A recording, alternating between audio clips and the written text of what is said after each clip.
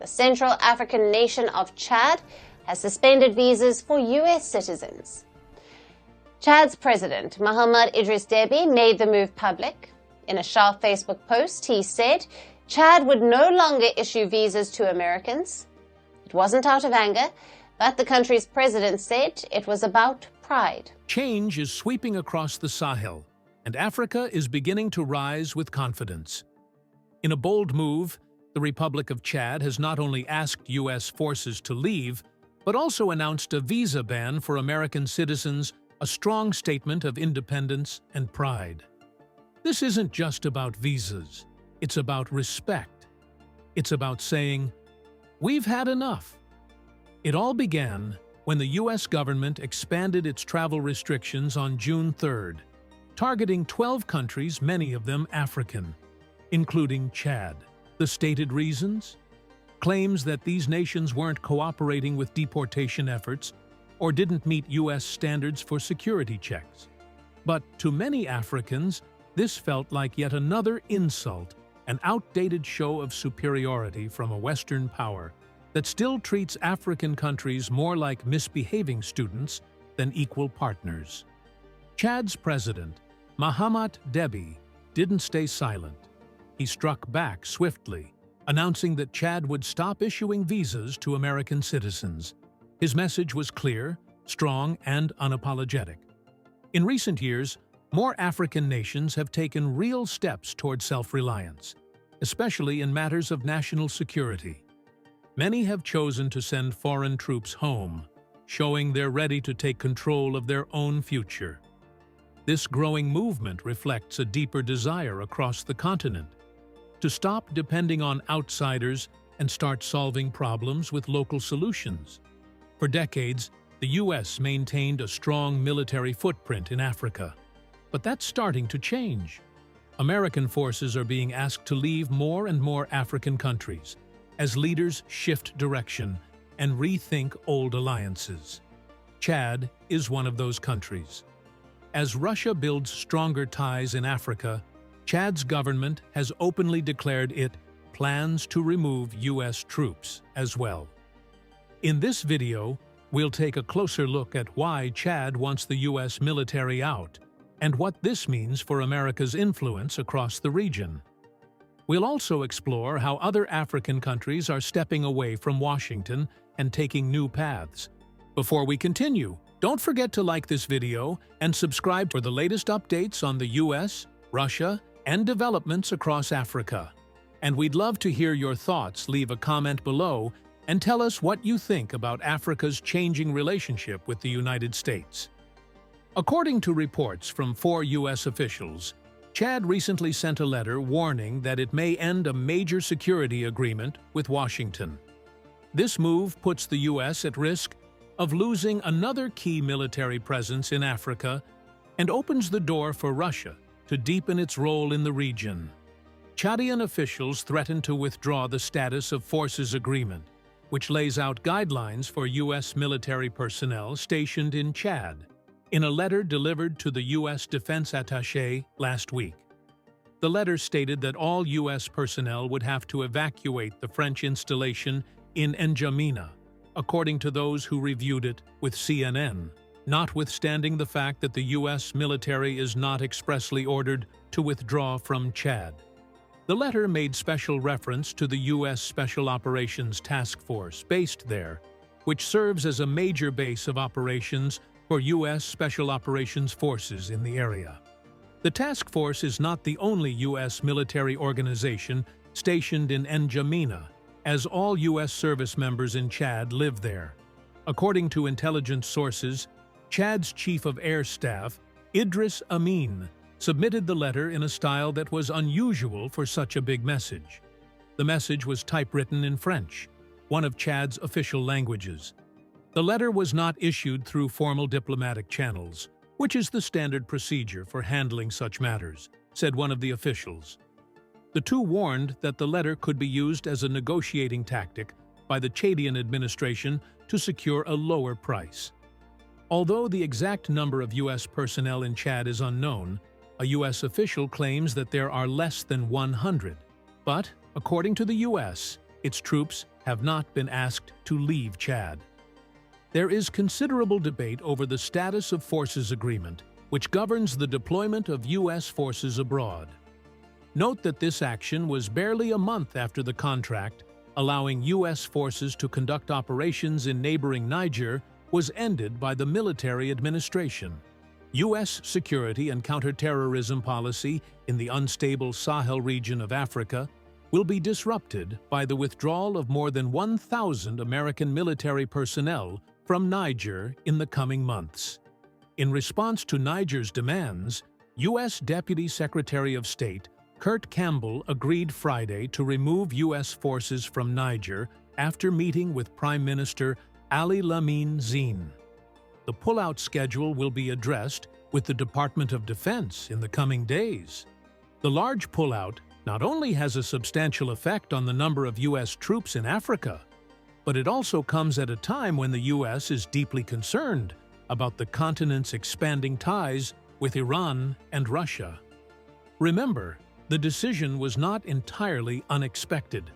After a highly controversial set of talks with a high-level U.S. diplomatic and military delegation in the nation's capital, Niamey, last month, Niger announced that it was ending its military cooperation agreement with the United States.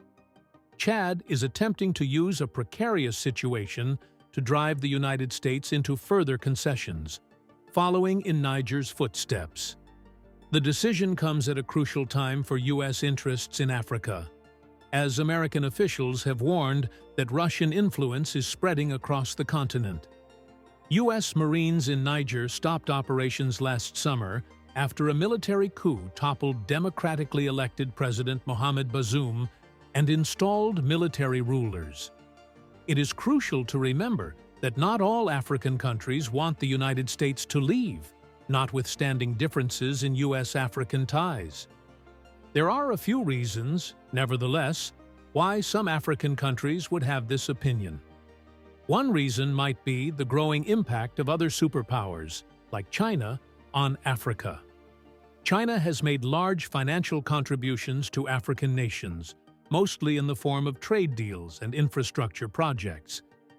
Because of this, there is a belief that China is more involved in Africa than the U.S., which has caused an imbalance in diplomatic and commercial relations.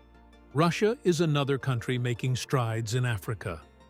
Russia offers mining rights, financial opportunities, diplomatic support for its foreign policy preferences, and security cooperation to authoritarian countries in Africa in exchange for political support and weapons sales. Given that Africa provides a sizable majority of the votes cast in the UN General Assembly, Russia has found that assistance from its African allies has been crucial in this respect. Russia's military intelligence service is offering African states a regime survival package that includes military and diplomatic support in return for access to strategically valuable natural resources. President Mahamat Idris Deby Itno attended a meeting with Russian President Vladimir Putin in Moscow in January. In a few aired statements, Putin said Russia was pleased that Deby had stabilized the country and was ready to help in any way. This conference may have led to the withdrawal of these U.S. forces from Chad. Global and regional issues were discussed in the Kremlin, along with the possibility of expanding Russian-Chadian collaboration in several fields. More precisely, Russia wants to get more active and collaborate with African nations. Dmitry Peskov, the spokesperson for the Kremlin, stated that Chad was one of Russia's possible African partners, and that the country was committed to deepening its cooperation with the continent. As fighting erupts between Chadian government troops and militants from cross-border groups, N'Djamena is trying to strengthen its ties with organizations that can assist it in addressing the severe instability that Chad is currently facing. N'Djamena is aware of how difficult it is to advance Sahelian peace while maintaining ties with Russia. Chad has not yet considered and is unlikely to evacuate the French soldiers, despite N'Djamena's desire to establish military relations with Moscow. the Russian Federation has prioritized military technical cooperation more in its foreign policy in recent years. The Russian Foreign Ministry has repeatedly stressed in statements on its website that combating the continent's growing terrorist population, containing terrorist threats, and resolving local conflicts are the main objectives of Russia's military technical cooperation with African nations. Russia maintains a strong military presence in Africa. Mercenaries are used by the Wagner Group in the Central African Republic, Libya, and Mali. In exchange for their labors, the Wagner warriors receive gold and other raw materials. The Wagner Group also increases the political power of the Kremlin. Interestingly, Ibrahim Traoré also paid a visit to Vladimir Putin in July.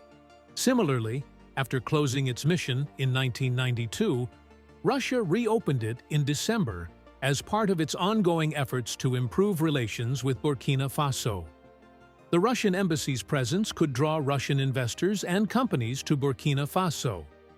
More job opportunities, technology transfer, and economic opportunity will result from this. Additionally, it might make trade easier between the two nations, creating new opportunities for economic growth and expansion. What effect does the United States have in Africa after all of this? There are concerns about how the U.S. will combat terrorism in the region now that U.S. forces have withdrawn from African nations. In the fight against radical terrorist groups like ISIS, Boko Haram, and Al-Qaeda, the United States and African countries have been working together. It has been believed that U.S. forces must be deployed for these tasks.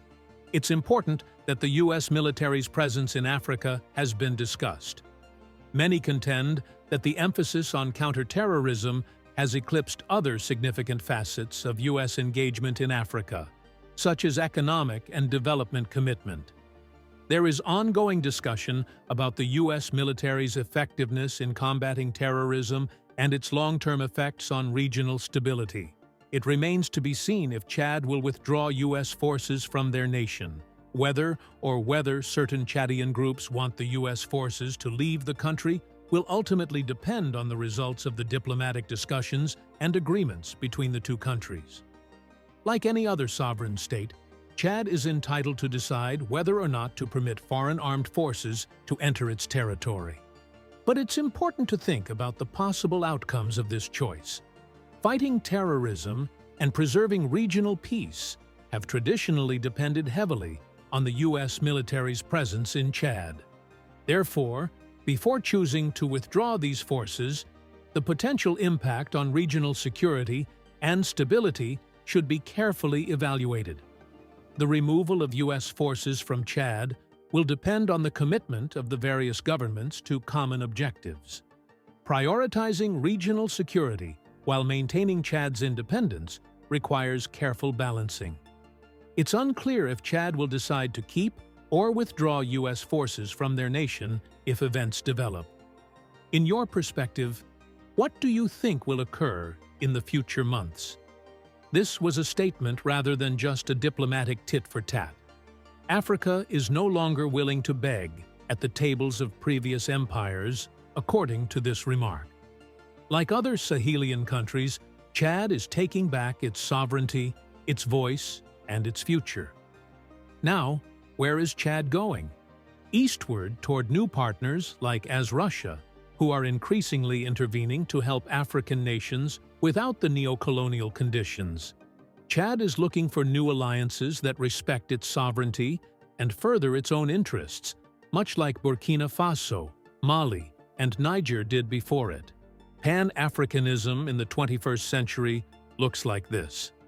It involves audacious action rather than only talks and catchphrases.